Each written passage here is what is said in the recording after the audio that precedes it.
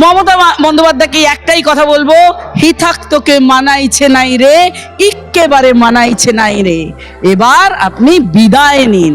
যতই ওরা করুক হামলা, যতই তৃণমূল করুক হামলা, বিজেপি নেবে বাংলা। বস্তুত পশ্চিমবঙ্গে কোনো শিল্প নেই, তাই টাকা পয়সা নেই, কিন্তু মমতার ভোটের রাজনীতি চালাতে হবে, তাই ঘরে ঘরে বোমা শিল্পই তিনি তৈরি করে দিয়েছেন। শিল্পীরা তো তার পরিচিত, তিনি তো তার রাজনৈতিক মিটিংয়ের মধ্যেও বলেন, এই তুই আবার কি চাইছিস রে, তুই তো বোমা বাঁধিস।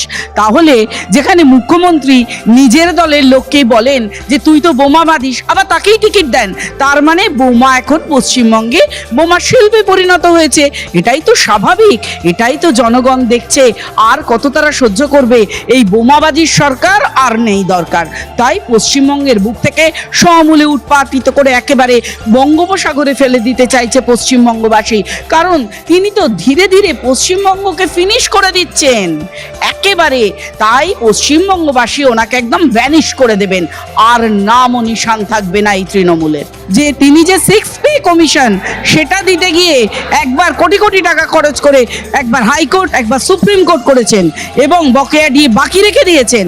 তার মধ্যে অনেক গল্প তিনি ফেঁদে রেখে দিয়েছেন, যারা পিওরলি গভর্নমেন্ট তারা পাবে, যারা এডেড তারা পাবে না।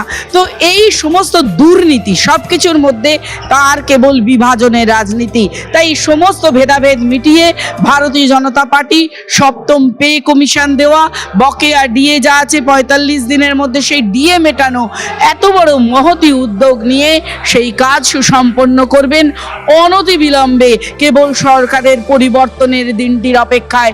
তারপর থেকে পশ্চিমবঙ্গের সুশাসনের সঙ্গে সব মানুষের সমান অধিকার একেবারে প্রতিফলিত হবে। এখানে চাইল্ড ট্রাফিকিং থেকে শুরু করে হিউম্যান ট্রাফিকিং সমস্ত কিছু বলবো, যা যা অপকর্ম তার করিডোর হিসাবে ব্যবহৃত হয় পশ্চিমবঙ্গ, কারণ এখানে সর্বদা অপরাধীদেরই আড়াল করা হয়।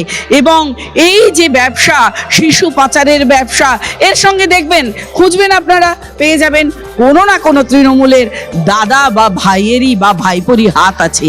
এটাই তো চলছে, এটাই সংস্কৃতি। আর যা আছে তা হচ্ছে পশ্চিমবঙ্গ মানুষের এক দুঃখের উপাখ্যান, এক কান্না, একেবারে যাকে বলতে হয় অসহায় সর্বহারা পশ্চিমবঙ্গ। যে পশ্চিমবঙ্গ একদিন গর্বে মাথা তুলে বলতে পারতো যে আমরা সবচাইতে সব বিষয়ে উন্নত, তাদের মাথা এখন সর্বত্র হেট হয়ে যায়। এই চুরি একেবারে তোলাবাজ, আর তার সঙ্গে তো রয়েছে নারী পাচার থেকে শিশু পাচার, এমনকি ড্রাগ, সব কিছুর এইটাকে একেবারে প্ল্যাটফর্ম বানিয়ে ফেলেছে মমতা বন্দ্যোপাধ্যায় তৃণমূল সরকার। এই সরকার শিল্প তাড়ুয়া সরকার। সিঙ্গুরের মাটি থেকে তিনি টাটাকে টাটা বাই বাই করে দিয়েছিলেন, তাহলে আবার তার মুখে আমরা শুনবো শিল্পের গল্প? 15 বছরে কিছু করতে পারেননি, তারপরে এখন নতুন করে উনি কি করবেন? কোনো কিছু করার মতন ক্ষমতাও নেই ওনার, কোনো আর এখানে পশ্চিমবঙ্গে থাকারই দরকার নেই। ওনাকে বাংলাদেশের মানুষজন অনেক ভালোবাসে। যেটা অমিত শাহজি বললেন যে পশ্চিমবঙ্গে আইনের শাসন নেই, আছে শাসকের আইন, যার জন্যই দুর্বৃত্তরা কিন্তু দিনের পর দিন এখানে মাথা ছাড়া দিচ্ছে। সিন্ডিকেট রাজ, মহিলাদের ওপর নির্যাতন, ধর্ষণ সব কিছু বেড়ে যাচ্ছে। তাই এর তো নিষ্পত্তি চাই। কেন মাননীয় মুখ্যমন্ত্রী প্রত্যেকবার যতবার নারীরা ধর্ষিতা হয়েছেন, এমনকি ধর্ষণের পর মৃত্যু, সেক্ষেত্রেও তিনি সেই নির্যাতিতার দিকে আঙুল তুলে দিয়েছেন, অপরাধীদের আড়াল করেছেন।